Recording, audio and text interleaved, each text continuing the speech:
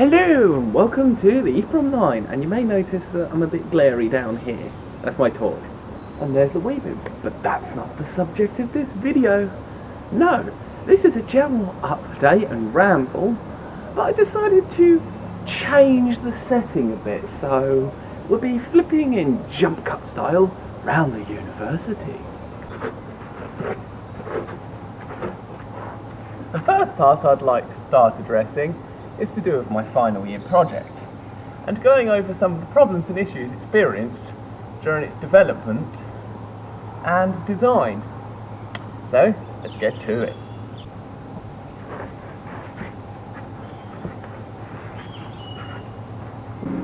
Boom! Yes, so the first part is the wireless access point. I hit a few snags with them in the fact that, well, I went through 5 of them. So a little advice if you've got such projects that you're working on that require wireless access points. Don't use ones you pulled out the bin, because they're generally the type of device that go in the bin because they're end of life.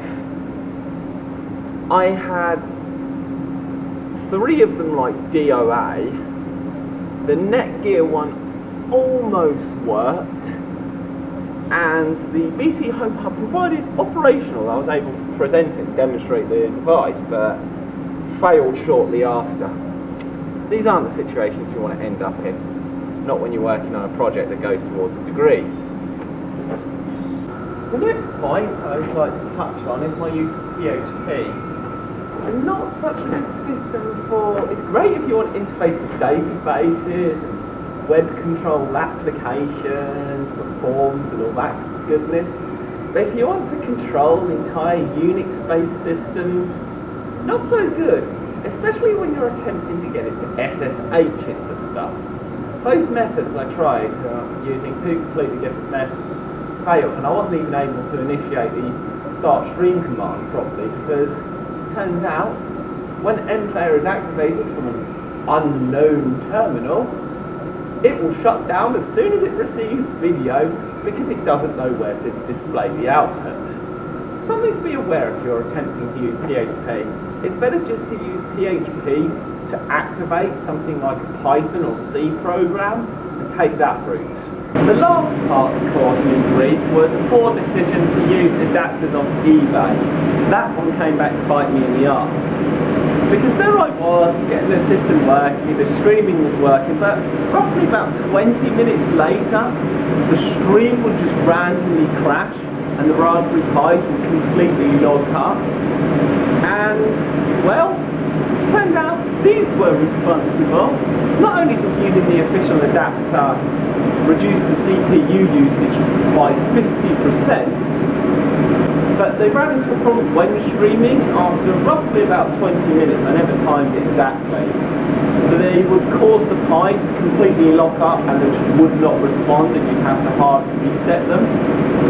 So, despite the lovely external antennas, I guess sometimes it's best to buy the official thing and modify it with your own external antenna connectors, so you can add better antennas than this, which are directional, so you can point your Pi down there and get a nice strong signal. When using one of these, it'd be a little flaky.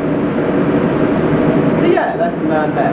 And also, there turns out to be a little program called Watchdog, which will reset your Pi for you if it ends up in one of those sorts of circumstances.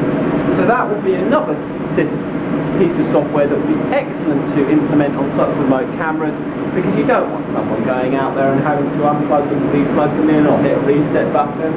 That just doesn't work well. That covers all the major problems of the project.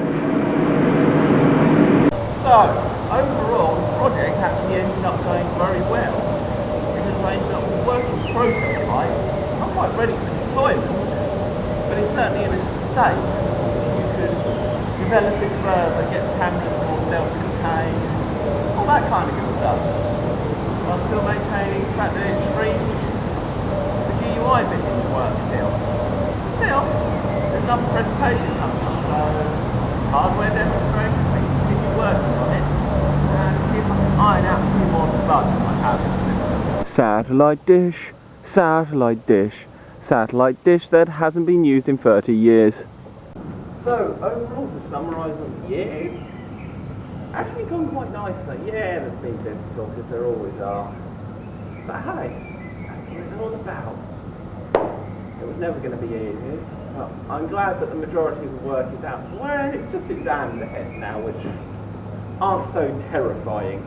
They are still a bit terrifying, but not like so horrifically terrifying of missing, like, the threat of missing deadlines and all that nonsense. That's never fun.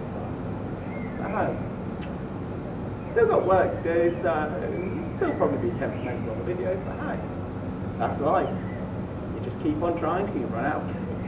So, what else has been going on? Well, we've worked in the industrial facility that you can see behind doing their thing in the middle of the night. Daylight's coming. Yeah, well, what's been going on? Been playing with the Arduino, experimenting there, getting LCDs and things to work, basically whatever I can scavenge together out of the bits I have laying around. I've been getting even more savvy with Unix. Due to traffic, there's not a lot I can do about that. Train's moving. But yeah. AndVe been learning penetration testing. Oh, penetration testing is fun. And when I'm back at home, I'm going to have so much fun with that knowledge.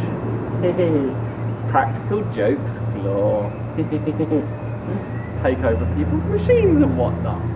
Seriously, Windows machines are scarily easy to break into when you're not meant to. Well, in this case we were meant to, because that penetration testing lab set up for us to penetrate and test. It was good fun. Using Kali, which is the replacement to Backtrack. Nice little system it is. Shame the VMs went a bit uppity last week. So, it went quite nicely. And I've got a good view of them crates in my bedroom with all this other stuff. And we're in a creepy tunnel.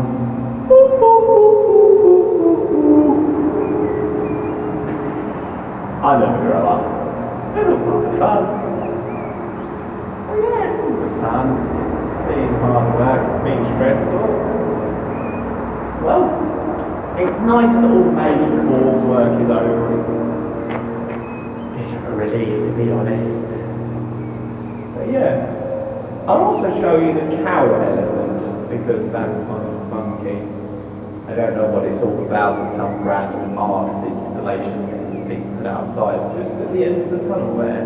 You might be able to get a glimpse of it just on the right. Depends on the camera angle. Stay back, cow elephant! Stay back! No!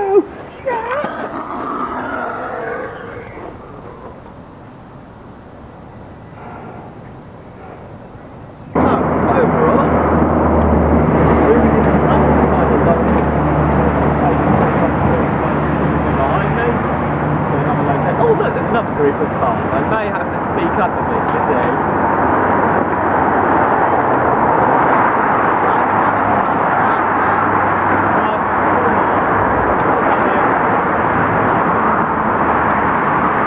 You just can't predict traffic. You just can't, even in the middle of the night. Where the hell would they be going at this time? The only places were open are McDonald's and Tesco's. And of course this was it. But yeah. Crazy. Oh, here's the next group of cars. Anyway, I'd like to conclude this video with a background of the industrial facility, which has a green screen, which is only at the moment. Thanks for watching. It's good that there's actually over 600 people who seem to take an interest in what stuff I do. I got over 600 subs, so yeah. Surprisingly well for a channel that is very niche. Very specific interest, usually ultra nerdy. Like any time, I would like to say thanks for watching. I hope you enjoyed this bit of a different mix up to usual videos that I do, with some more interesting backdrops than just, well, boring old messy rooms. Thanks for watching. I hope you enjoyed. Ain't over yet. Almost there. Kind of depressing. I have to go out looking for work. Yeah.